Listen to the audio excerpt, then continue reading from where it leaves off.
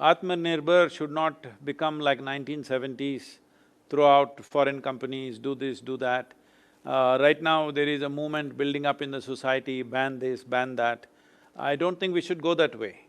It is important that we become a very productive nation, and vital things that are needed for this country in terms of our food, in terms of our defense needs and critical industry, all this we should become self-sufficient. At the same time, today is a world where without major interaction with every other nation, you cannot really prosper in this world, nor can you thrive in this world.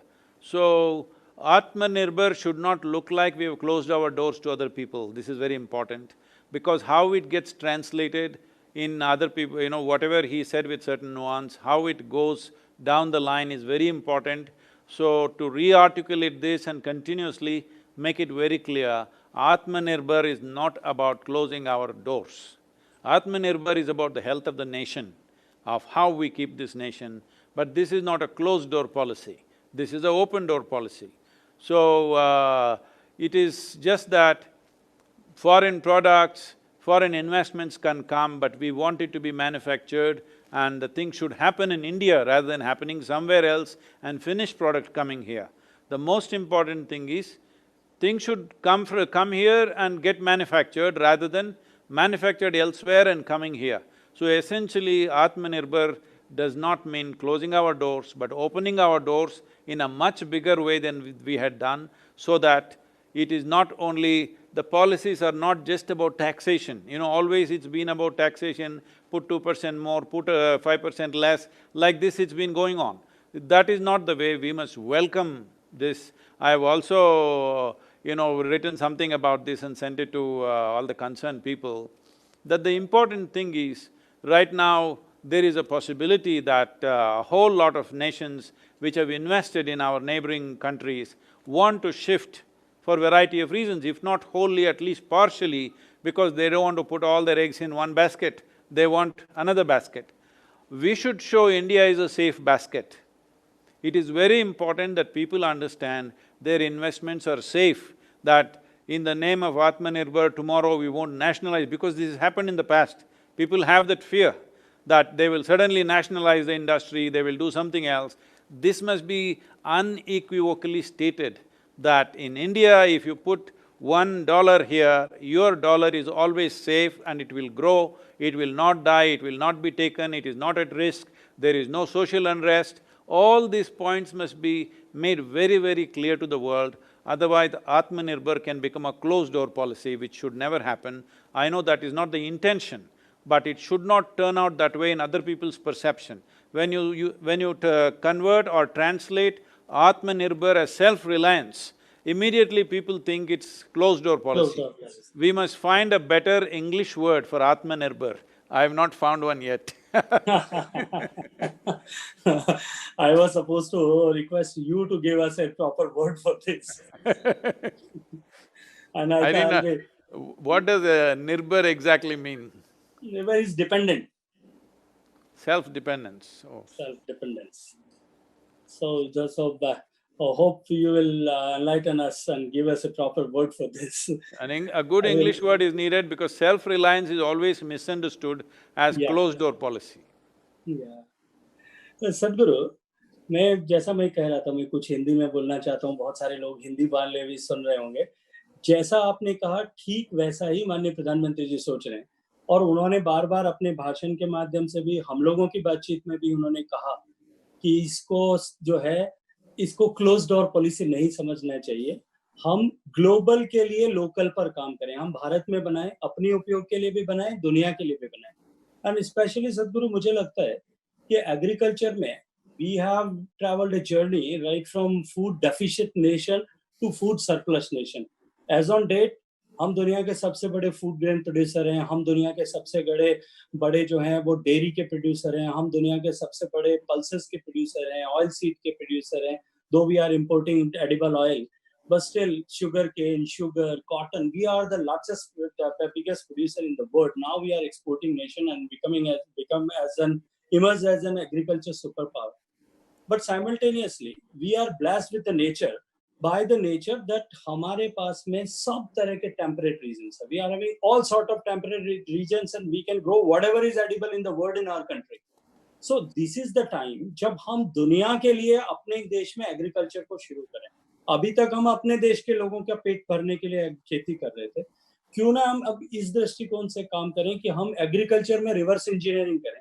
पहले market को ढूंढें, उसके बाद product को identify करें, उसकी quality parameters को study करें और उसके बाद में यहाँ पे प्रोसेसिंग एंड देन कल्टीवेशन. इस लाइन पर जाएं तो देश को कैसे हम आगे ले जा सकते हैं एग्रीकल्चर में, इसमें आप you please enlighten us.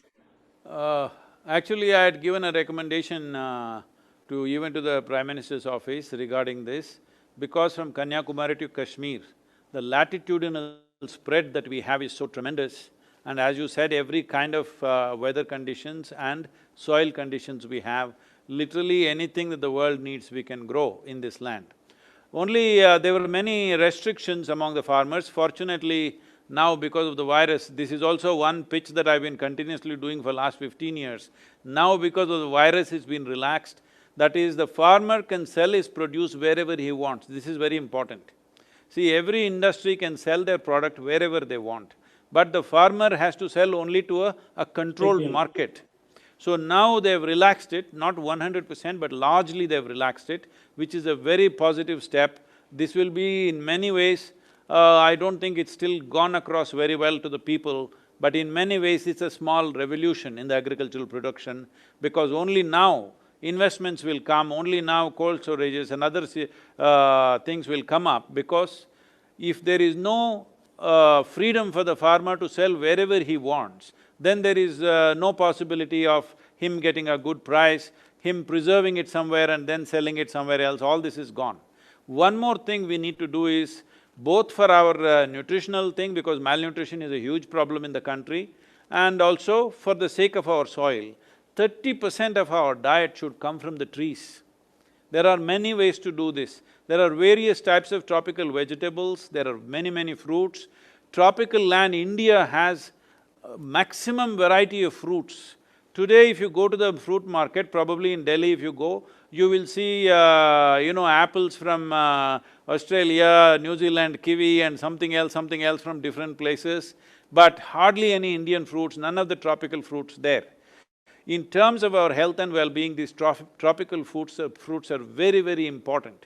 Fruit was an important part of our diet to such a point, in ancient times when the travelers came to India, they noted Indian diet is very rich with fruit, and they are saying that is one reason Indian people are intellectually very sharp, because they are consuming so much fruit. Such comments have been made in the past, in many centuries ago. So now, if you look at the rural population, there is hardly any fruit consumption because fruit trees are all gone. It's time to bring back at least 30% of our diet should come from the trees. One thing is nutrition for ourselves and nutrition for the land. Only if trees are there, there is nourishment for the land. Without organic content continuously falling back into the land, there is no way you can keep the health of the soil. Health of the soil and our health are not different. If you have a weak soil, you have weak human beings. If you have rich soil, you have very strong human beings and life on it. If life has to be strong, if life on this country, in this country has to be strong, we must ensure soil must be strong. Right now, nearly 42% of Tamil Nadu's land has been declared as fallow. What used to be a tremendously fertile land today is becoming fallow simply because we are throwing salts. There is no organic content, there is no animal waste, there is no tree waste, so there is no organic content in the land. This is one thing we must fix right now. If we want water to flow in our rivers, if we want water in our ponds and lakes, if we want, as you said, soil to be a great reservoir of water, the important thing is at least 30 to 40% of the soil should go under shade. We cannot bring back forests, we must make them into food crops. Food crops need not be 3 months, 4 months, food crops can be long-term food crops in the form of trees. This needs to happen in the country because India's soil is at great risk right now. The desertification process is very high and the water shortages are only a consequence. So farmers' well-being is dependent upon rich soil. If there is rich soil and abundant water, all these farm problems, farm stress, distress that is there, suicides that are happening, all this will disappear if only the soil is very rich and there is abundant water. That is only possible if we bring at least 40% of the land under shade. देश और दुनिया से जुड़ी सभी प्रमुख खबरों के लिए हमारे चैनल को सब्सक्राइब करें और लेटेस्ट वीडियो पाने के लिए बेल आइकन को जरूर दबाएं। साथ ही हमारे वीडियो को लाइक और शेयर करना ना भूलें।